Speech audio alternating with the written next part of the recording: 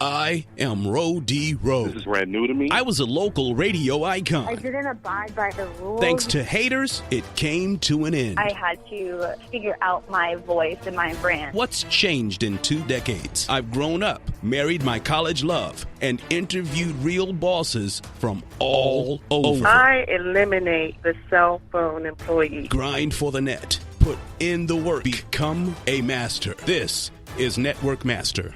Emily Marquis is a certified life and career coach who specializes in empowering people to holistically take a look at their life to set and achieve goals for the future. Emily Marquis, thanks for taking your time out here on Network Master. Yes, thanks for having me. So tell us a little bit about what you do. Tell us how you do that practically. So I'm basically a career coach, but I also became a certified life coach in 2011. I have a history in human resources in the corporate world, and I just love working with people in their career. But a little bit differently, I feel that work and life shouldn't just be balanced, they should be integrated. So when you're thinking about your job or your career, it shouldn't be separate from your life. So when I think about someone's career, I think about that as a piece of their life. So holistically, take a look at, okay, what kind of lifestyle do you want to live? Do you want to work remotely? How many hours a week do you want to work? What kind of industry aligns with the values of who you are as a person?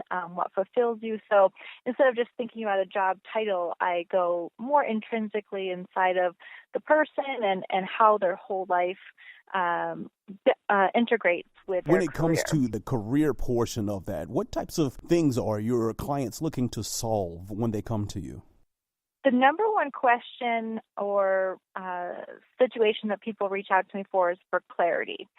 So you always hear about, oh, what's your dream job or live your best life, yada, yada, yada. But a lot of people don't know what that is. You know, I don't have a dream job, or I've always worked in this position because that's what my parents did, or when I had kids, this was the best career for me. So really, when I help people, it's more to help them find the direction on the next step. Or if someone's in a job and they love their job, what does the next step look like? There may be no advancement in their current position, so what are other opportunities out there for them? Are they too comfortable? So really it's just finding clarity in that next step for them, or how to talk to their boss about what the next step for them could even be. So just helping them find clarity in the next step. Another thing I really work with is people re-entering the workforce. I'm passionate about helping women who've either been caretakers or have worked part-time, so helping them navigate through the new job search, or how to write correctly on the resume where they've been and what they've done, other than just a recruiter looking at it through foggy lenses of this person hasn't worked in a couple of years. So really helping people navigate that, or if they've been unemployed due to a layoff just for the past few months, helping them build confidence and really target in on who they are so they can communicate that, other than letting their gap in employment or lack in clarity maybe define Is them. that really that major for employers? Do they want to see you having that continuous work habit? Yes. So I also am a recruiter where I represent companies. I have a couple of clients that I work with. So I keep my foot in the game on the employer side, knowing what type of resumes they're looking for, what skills. And the biggest thing I hear is, oh, this person's a job hopper, or are they really loyal? Do they really want this job just because of someone's longevity at a position? And I think it's more common for people to stay less time at a job, but still it can be a red flag for some people. So I think just learning how to communicate who you are to a recruiter or to an employer through what you do have, and boosting your strengths and what you do have to offer, instead of focusing on the negative. And there's a great way to communicate that through cover letters and networking and resumes. We've been talking to Emily Marquis. She's a certified life and career coach here on Network Master. Visit the website, download the audio. Our guests serve as the guide that help you net profit, work smart, and master life. Now, Emily, you said something about the cover letters and not wanting to look like a job hopper. When someone does and they go on a series of interviews, and that's probably the reason they don't get the interview, how do you help them overcome that feeling of helplessness? Well, we all have weaknesses or areas of opportunities. And so I think, again, really finding what that person's strengths are, just because you have a weakness or maybe a lack of skills, like how do you either find that skill, or how do you boost your other strengths and find a job or an industry that's going to match what you really can maximize?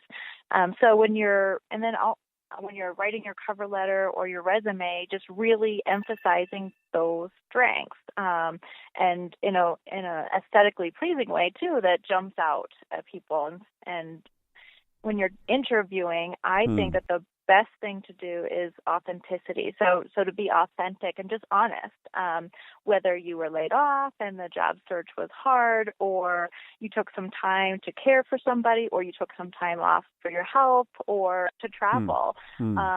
Those are really important life experiences. Life is not going to be straightforward all the time. So I think just being authentic is important, because you also never know that what you can relate to as an interviewee. Right. That person that you're speaking to might have had a similar experience that they could relate to, because we are all human. So I think being authentic is the most important thing. We've been talking about career up until this point right here. What are some other things, whether it's career, life, or just being holistic? What are some other things that you see that listeners can do to automatically improve their footing? So I think that the other thing I try to build into my coaching is really time management and stress management.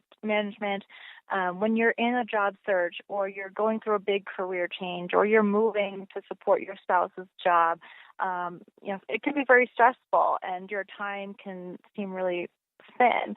So I coach clients on how to better use their time, and how to manage stress, because it can eliminate it, but how we manage it is helpful. And that also helps keep motivation going, whether people are looking for that promotion or next job, or the big move. So that's really something I try to build into the practice. The other thing I see is people are very attached to just getting out of their current situation, perhaps. So they're just applying to maybe 100 jobs a week, not even really remembering what they're applying for, or if they even want those jobs. So I try to teach people to really, again, look inside and apply to jobs with intention, instead of just applying to everything out there and hoping you get something. I think taking the time to be intentional about what you do for the next step is only going to be more fulfilling down the road. And that's major, because if you're doing 100 interviews or 100 job applications, more than likely some of them are duplications at the same company. Doesn't that look a little bit bad if you're just kind of pushing buttons and saying, hey, hire me? It does. Unfortunately, as a recruiter, I see some people applying for a couple of different positions, or I happen to be working on companies at the same time, and so I see they're just black marketing or their resume or throwing it out there to everybody, and so you just wonder, like, are they really interested in this job and this position, or are they desperate? And they may be at a point of desperation, but really trying to be intentional about that search is really important, because it can show through. How do you be desperate without looking desperate? That's probably the thing, right? Don't look desperate, because that's hard. I think that is where the self-care comes in, and what can you do in the meantime to fill your time, whether that's volunteering or taking a part-time job that's at a retail store or something, so that maybe your fears of desperation coming from either financial struggles, or you're bored out of your mind, trying to fill those challenges before creating your next step. So we're talking to Emily Marquis here on Network Master. Visit the website and share the audio that you're hearing. Remember, when you do, you are actually helping your family, friends, and network net profit, work smart, and master life. Now, Emily, since the name of the show is Network Master, I always like to ask, at least when it comes to building your business or building your practice, what's the number one way that you like to go about building that client roster? And this is something that I I coach my clients is I would love to partner with other people who have businesses like financial advisors or health coaches or something that look at someone holistically that I can partner with for referrals. I think that's great because I work with a lot of clients who need other help.